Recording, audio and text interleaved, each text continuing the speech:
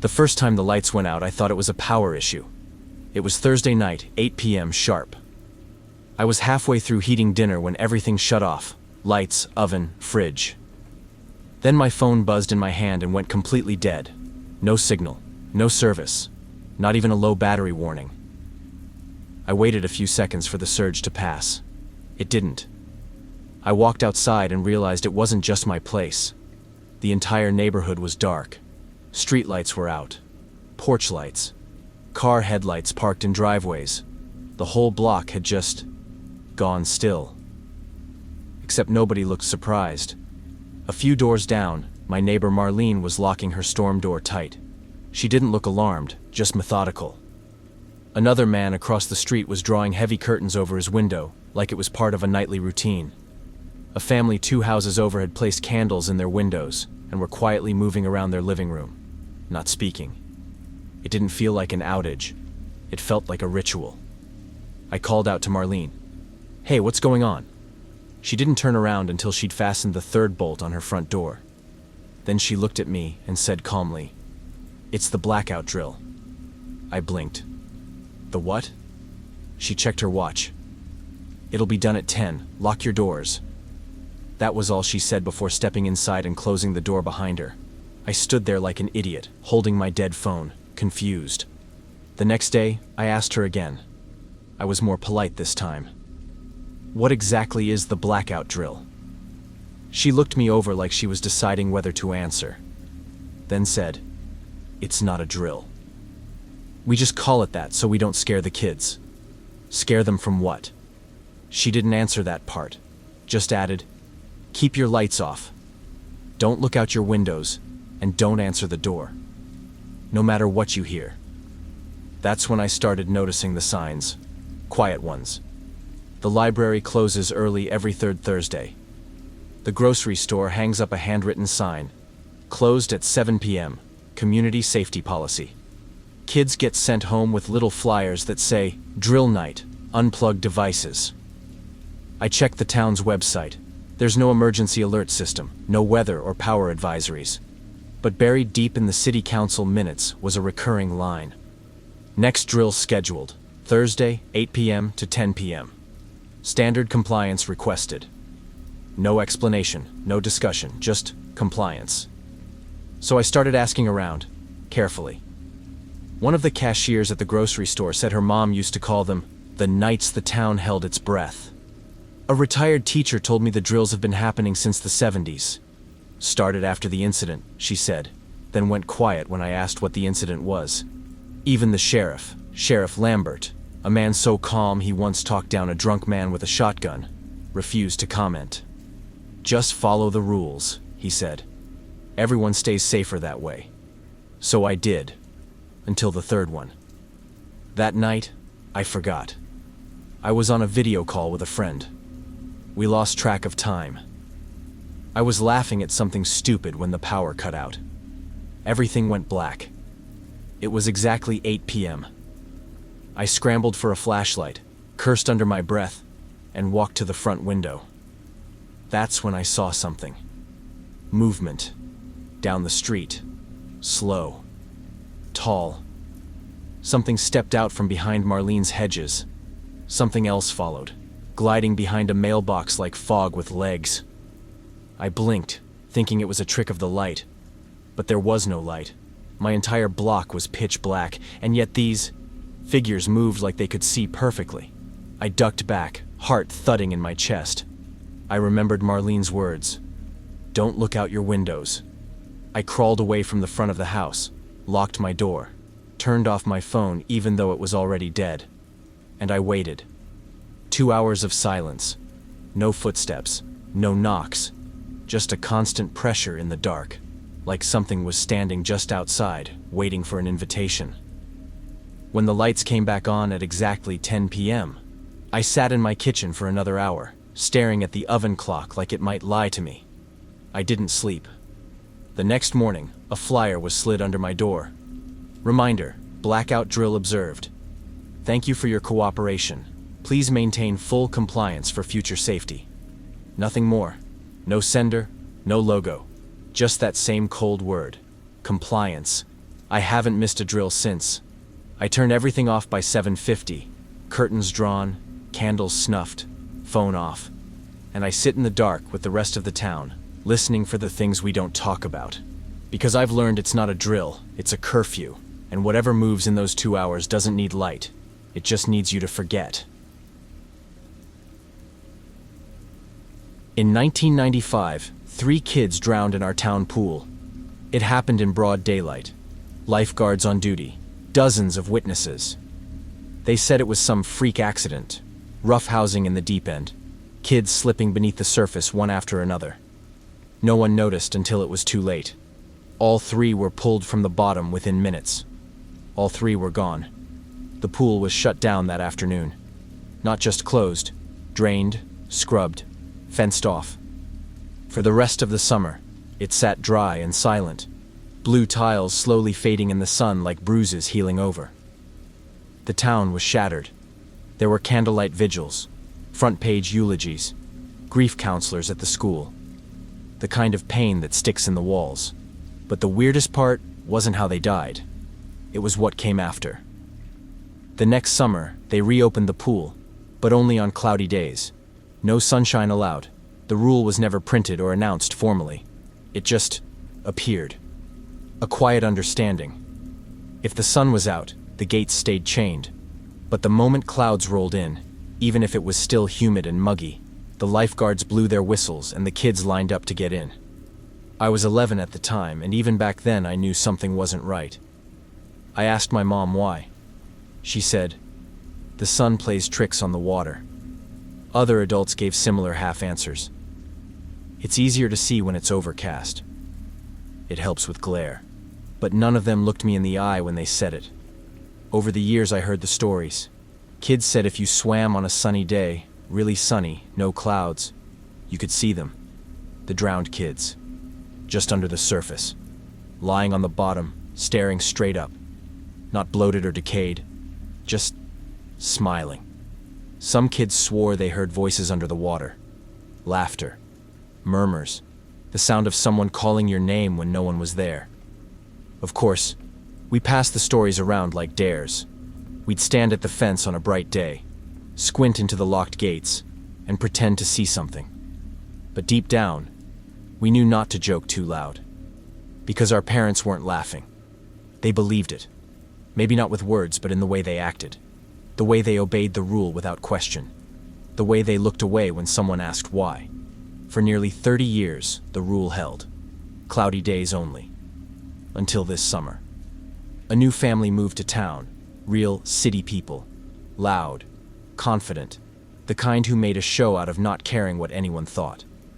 They had 3 kids, a big truck, and zero respect for our town's quieter ways.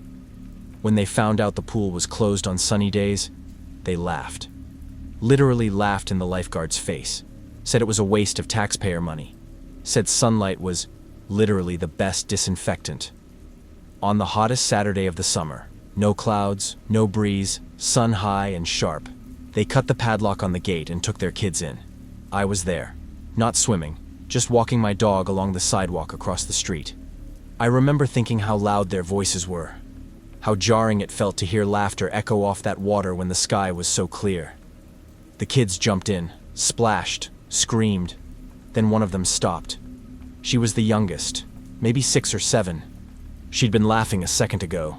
Now she was frozen, staring down into the water, not moving. Her mother shouted, "What's wrong?" The girl didn't answer. She just pointed. Then she screamed, not a tantrum scream, the kind that turns your blood cold before you even know why. She climbed out of the pool so fast she scraped her knee and didn't notice. One of the older kids followed, pale and shaking. The third kid? He didn't come out for another minute. When he did, he was crying. The parents looked rattled, genuinely confused. Then the dad knelt by the edge of the pool, looked down, and flinched like something had reached up at him. They left, fast. Didn't even dry off. By nightfall, the fence had a new lock. The city council put out a statement the next day. Pool access restricted to overcast days until further notice. No mention of what happened. No mention of the family. And just like that, the rule returned. No one argued. No one joked. And that family? Gone. Packed up and moved before the week was over. I never saw them again. But I did see the pool. 1 week later, it rained all morning. By afternoon, the clouds stuck around and the gates reopened. I walked by as kids were swimming again, and for a moment, the clouds shifted just enough for sunlight to pierce through. The pool lit up, just for a second, and I saw them. 3 shapes on the bottom, still, smiling, staring straight up through the ripples. The whistle blew before I could say anything. Everyone cleared out. But I saw them. I believe it now. Because there's a reason the sun was never allowed. And there's a reason no one ever needed to explain. I didn't grow up here. I moved to town after college. Cheap rent, decent teaching job at the high school, quiet streets. The kind of place that sells itself with words like community and tradition. At first, it felt nice. People waved from porches. Students said, "Yes, ma'am." There was one grocery store, one gas station, and a mural downtown of a kid holding a balloon. Painted so long ago the balloon had faded to a smudge. But there was something under the surface. A tension you only feel if you stay long enough. It started with a name, Katie Miller. A student brought her up in passing one afternoon. Said, that was before Katie died, like it was just another date on the calendar. I paused. Katie who? He blinked, like he couldn't believe I didn't know. Katie Miller. She's the reason they redid the trail signs. That night, I asked one of the other teachers, an older woman who'd been at the school for 20+ years. She sighed, stirred her coffee, said, "That was a sad one. Girl went missing after a track meet. They found her in the woods, slipped and hit her head. Real tragedy." "Slipped?" I asked. She nodded. "That's what they said." Something about that phrasing stuck with me. That's what they said. I started asking questions, casually, carefully, and the answers were always the same. She fell. She wandered off. She wasn't supposed to be out there alone. But none of it added up. The woods behind the school aren't steep. The trails are groomed. It's not the kind of place you just fall and end up face down with bruised wrists. The more I asked, the more doors quietly closed. Teachers changed the subject. Students got quiet. The principal, Mr. Dearden, called me into his office after I mentioned Katie at a staff lunch. "New folks," he said, smiling, "sometimes want to fix things that aren't broken. It's a small town. We've had enough grief. Let it lie." I nodded, then started digging harder. There was no plaque, no scholarship, no yearbook tribute. Just a girl who fell, and a community that moved on like she never existed, until I found the diary. It was in the back of a thrift store shelf wedged between a cookbook and a moldy old Bible. Spiral-bound, duct-taped corners. The name inside cover, Katie M. I bought it for 50 cents and read the entire thing in my car. It started normal. School drama, track practice, crushes. But around halfway through, it changed. She started mentioning someone. Not by name, but by title. He makes me stay late after everyone's gone. He says no one would believe me if I told. He said I was special, that if I told, it would ruin him. And finally, I'm going to write his name once, just in case. If anything ever happens, it was him. He followed me home last week. I think he knows I told someone. Under that was a name. Someone still working at the school. Someone I'd seen in the teacher's lounge every week since I got here. I sat in my car for a long time staring at the page. I wanted to report it, bring it to the sheriff, the school board, somebody. But I hesitated. Because suddenly I remembered how everyone acted when I asked about her. How they'd all already made peace with the lie. And then something worse hit me. What if they knew? What if they'd always known? I made a copy of the diary, every single page, then locked the original in a box under my bed. A week later, I mailed the copies anonymously to every member of the school board. Nothing happened. No press release, no investigation, no announcement. But 2 days after the letters would have arrived, the principal passed me in the hallway. He stopped, smiled, then said, Sometimes it's best not to dwell on things you can't change. That night, I checked under my bed. The box was still there, but the diary was gone. Just the empty shell of a girl's truth, taken by the very system she tried to name. Katie didn't fall. She was buried by a town that chose silence. And every time I walk past that mural downtown, the one with the faded balloon, I wonder if you looked closely enough, if you peeled back the paint, would you find her name underneath?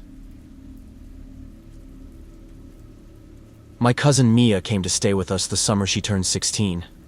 It was supposed to be a break for her, a reset. Things had been tense back home, fighting with her mom, skipping school, a maybe boyfriend no one approved of. My parents said she just needed some time away, somewhere quiet. Our town was perfect for that. Population barely 3,000. One gas station, one diner, no chain stores. The kind of place where the 4th of July parade is still the biggest event of the year. Kids throw candy from wagons. The high school band marches off key. There's a float made of hay bales and too many American flags. Mia hated it.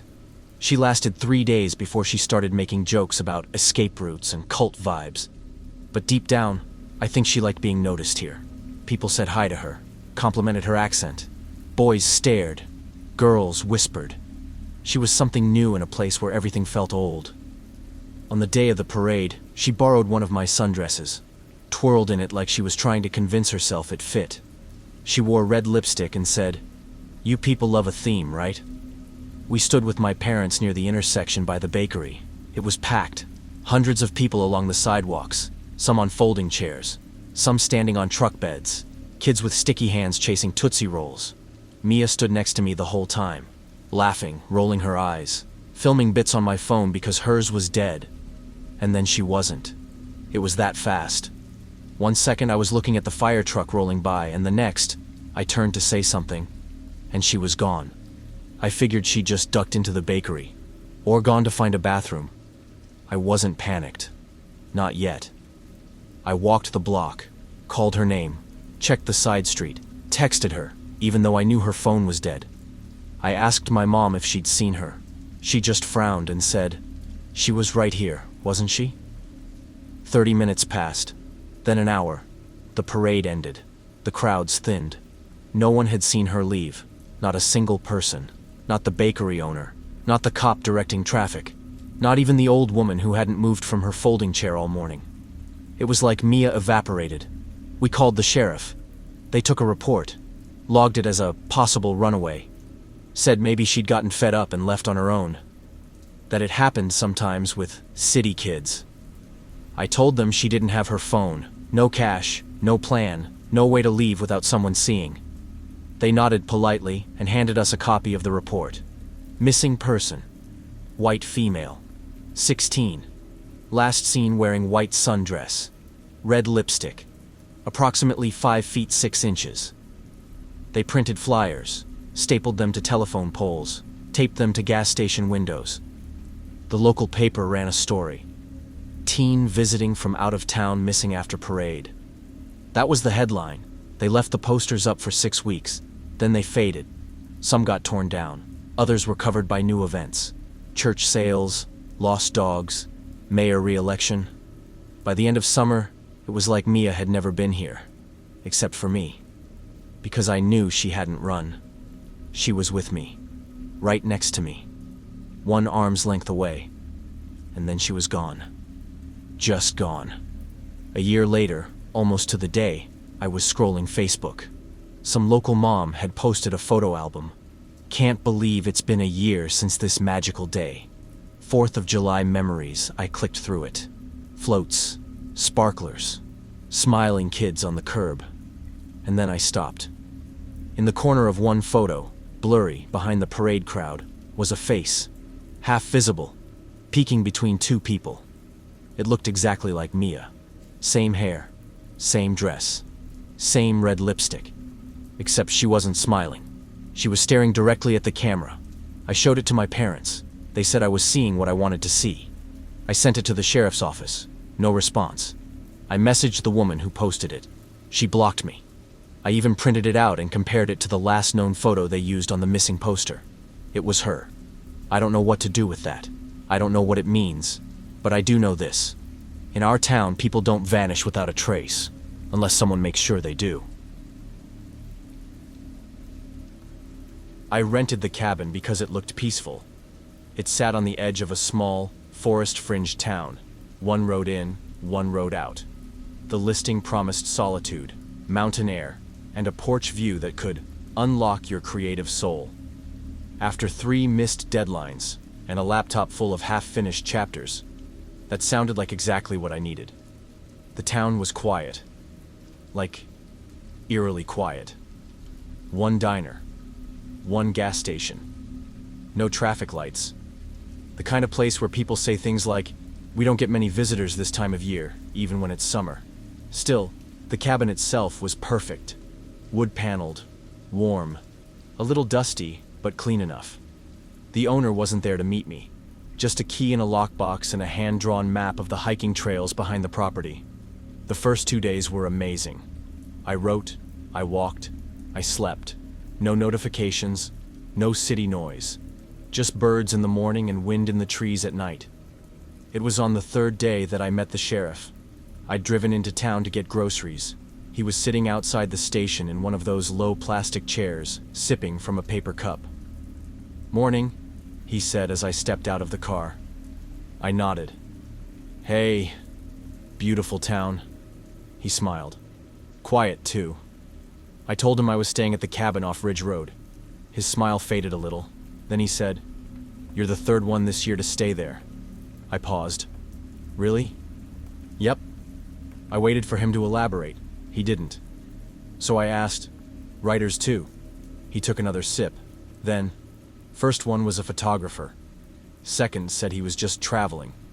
Didn't talk much. What happened to them?"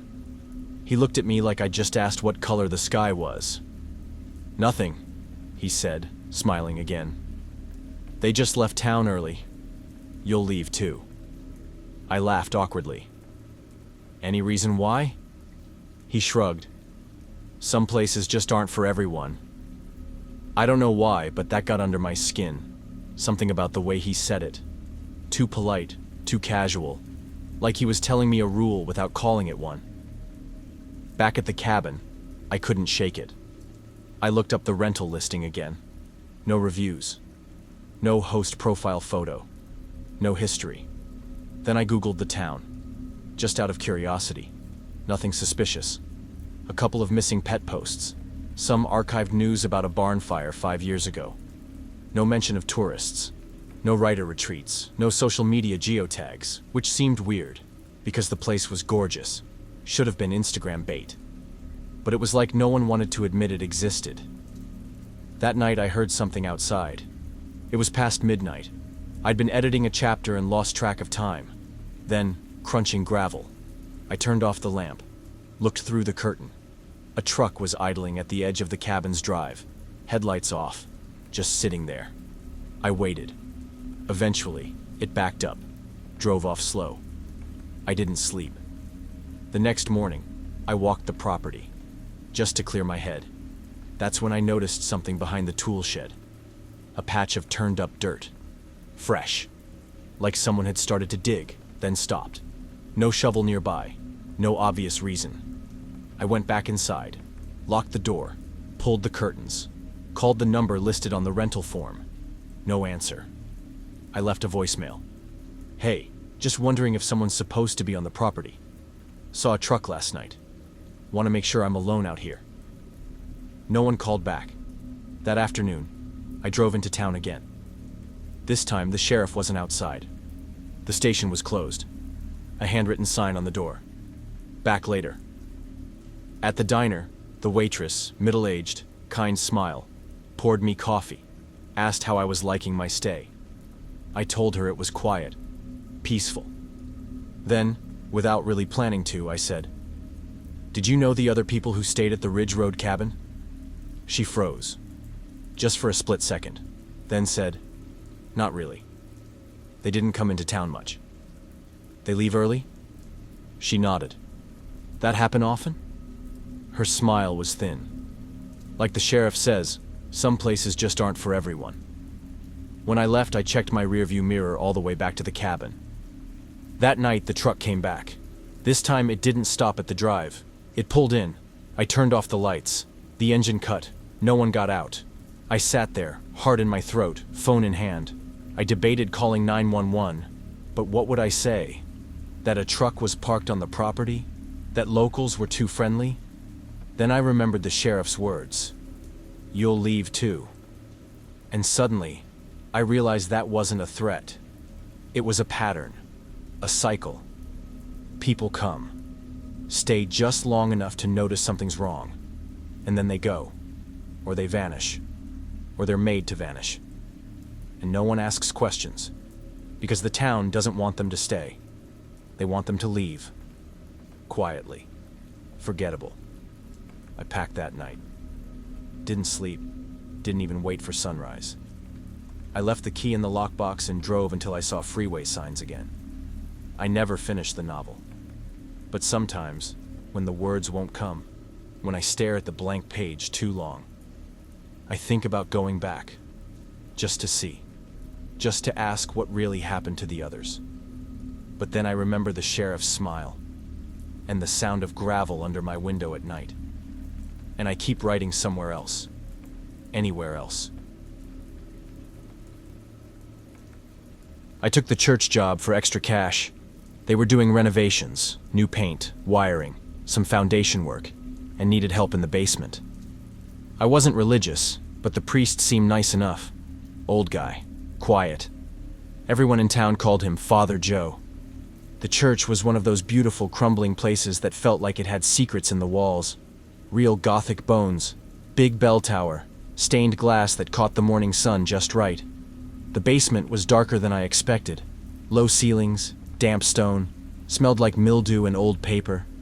There were 4 of us on the crew, locals, 2 high school kids and a guy named Ron who did most of the heavy lifting. We were hauling out pews, sanding beams, pulling up the old floorboards. That's when we found it.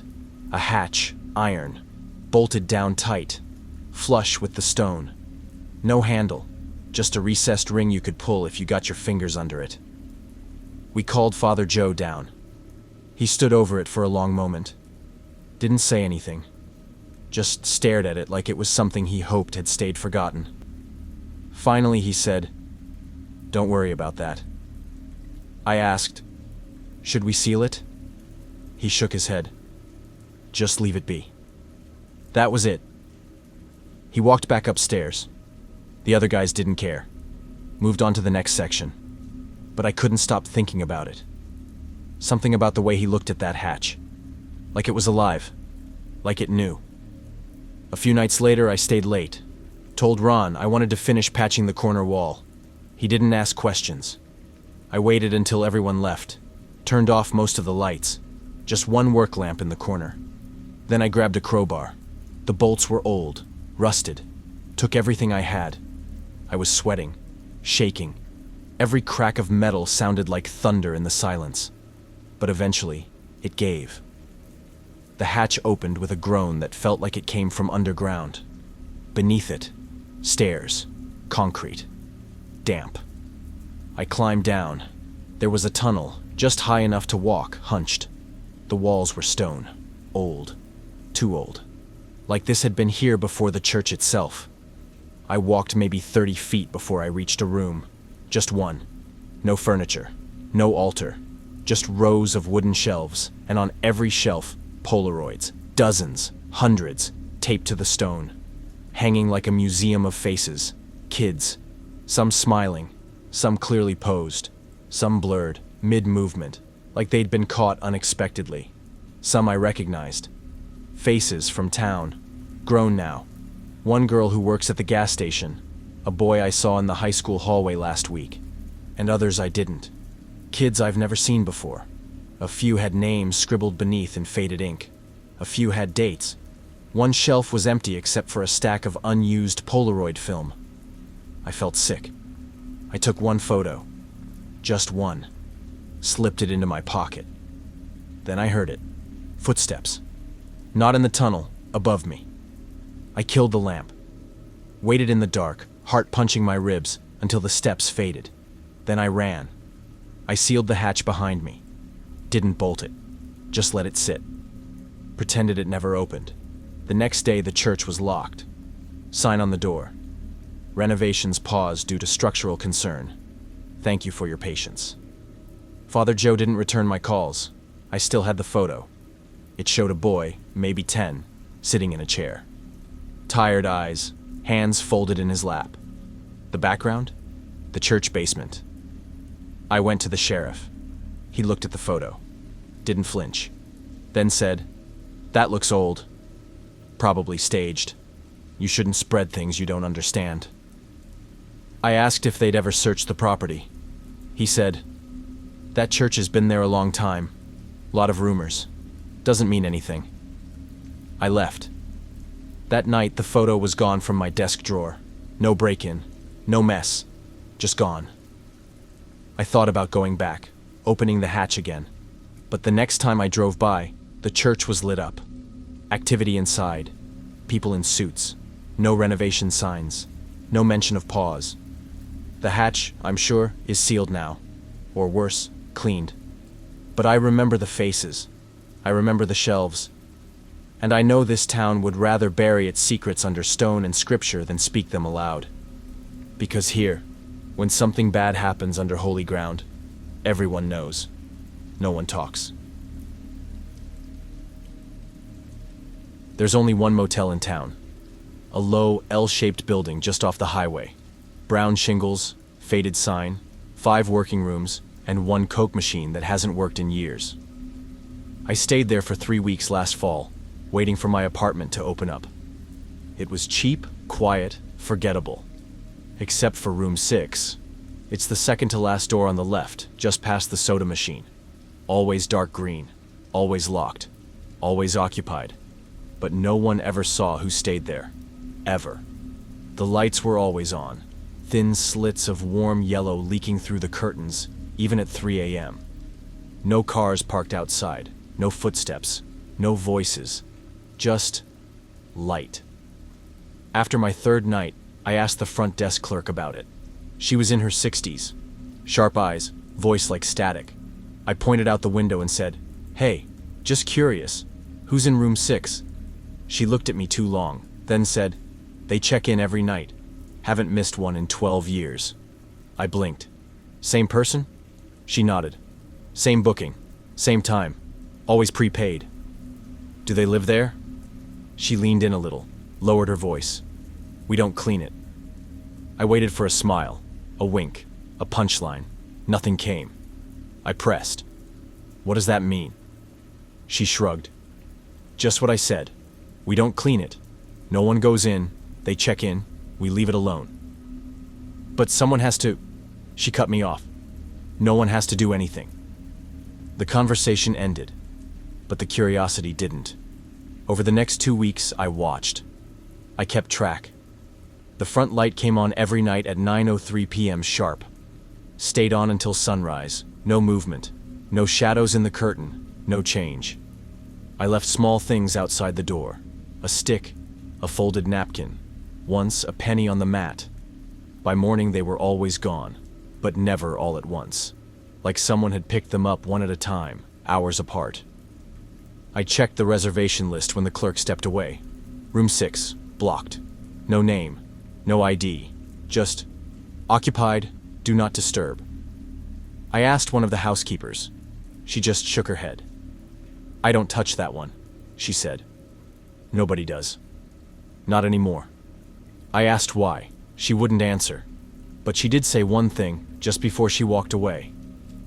"Whoever it is, they always tip." I left the motel at the end of the 3rd week, but the memory stuck. And when I asked around town, the answers got worse. One guy at the gas station said, "They say it used to be a normal room. Then something happened. They never said what." A woman at the library said, "It's like a story no one wants to tell. Like if you say it out loud, you're part of it." I asked, "Part of what?" She just said, "It's not haunted, if that's what you think." "Then what is it?" She hesitated. "Routine. That word chilled me more than anything else. Because whatever's in that room isn't hiding. It's scheduled, and it's expected.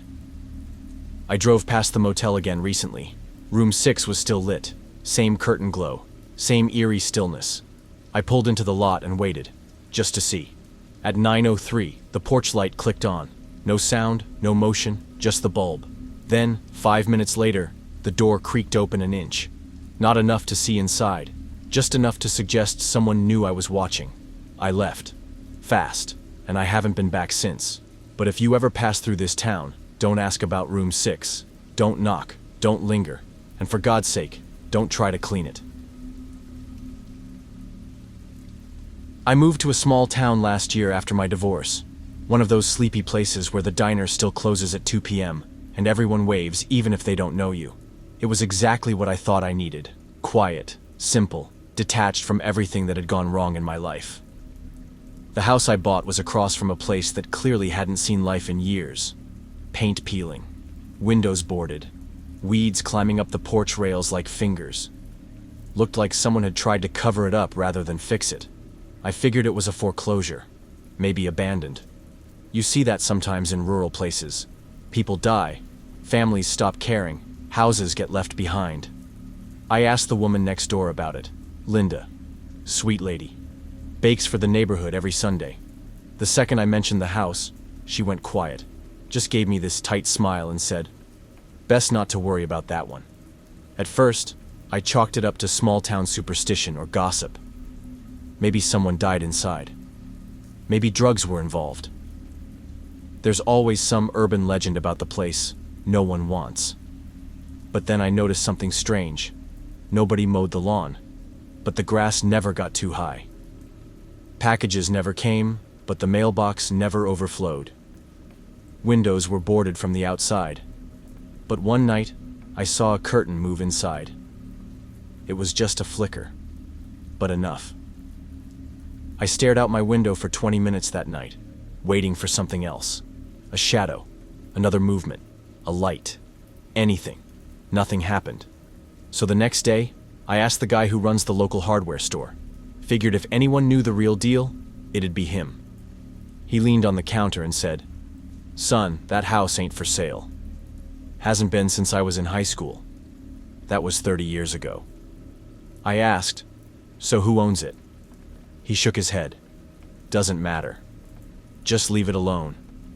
That was the beginning of the shift. Because once I started asking, I realized nobody wanted to talk about it. Not the barbershop guys, not the woman at the gas station, not even the local pastor, who literally said, "That's not a subject I entertain." One night, I came home late from a work thing. My porch light was off. Across the street, the house had one light on, just one. Upstairs, a single yellow glow behind the boards, like someone was holding a candle behind a curtain. I stood at my window for nearly an hour, just watching. It never moved, never flickered, never went off. I finally called the sheriff. Not 911, just the local number. He answered himself. No dispatcher. I explained, "Hey, I think someone might have broken into that house across from me." He paused, then said, "What house?" "The one on Elm, across from my place."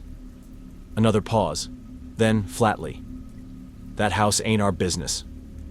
Stay out of it if you want to stay." He hung up. I didn't sleep much that night. The light stayed on until just before sunrise. I didn't see it turn off. I just looked up around 6 a.m., and it was gone. The next few weeks, nothing happened. I stopped bringing it up. Focused on work, tried to be neighborly, made small talk, waved at the mailman, kept the lawn neat. And then, one night around 3 a.m., I heard footsteps outside. Not on the sidewalk, on my porch. I froze, listened. One step, two. Then, nothing. I crept to the front window, and I swear to God, I saw someone walking across the street, back toward that house. Not fast, not panicked, just calm, like they'd finished something. They reached the steps, climbed them slowly, and before they opened the door, they looked back. I don't know if they saw me. I don't even know if it was a man or a woman, but I'll never forget the way their head tilted, just slightly, like they knew. The next morning, there was an envelope on my porch. No postage, no handwriting, just a folded piece of thick paper. Inside, one sentence. You're new. So we'll say it again. Stay out of it. I burned the note. I haven't called the sheriff since, and I don't look out my window at night anymore. But sometimes, just past 3 a.m., I hear footsteps again. Software deliberate, and I lie perfectly still. Because in this town, some things don't get explained. They just get avoided. And if you're smart, you play along.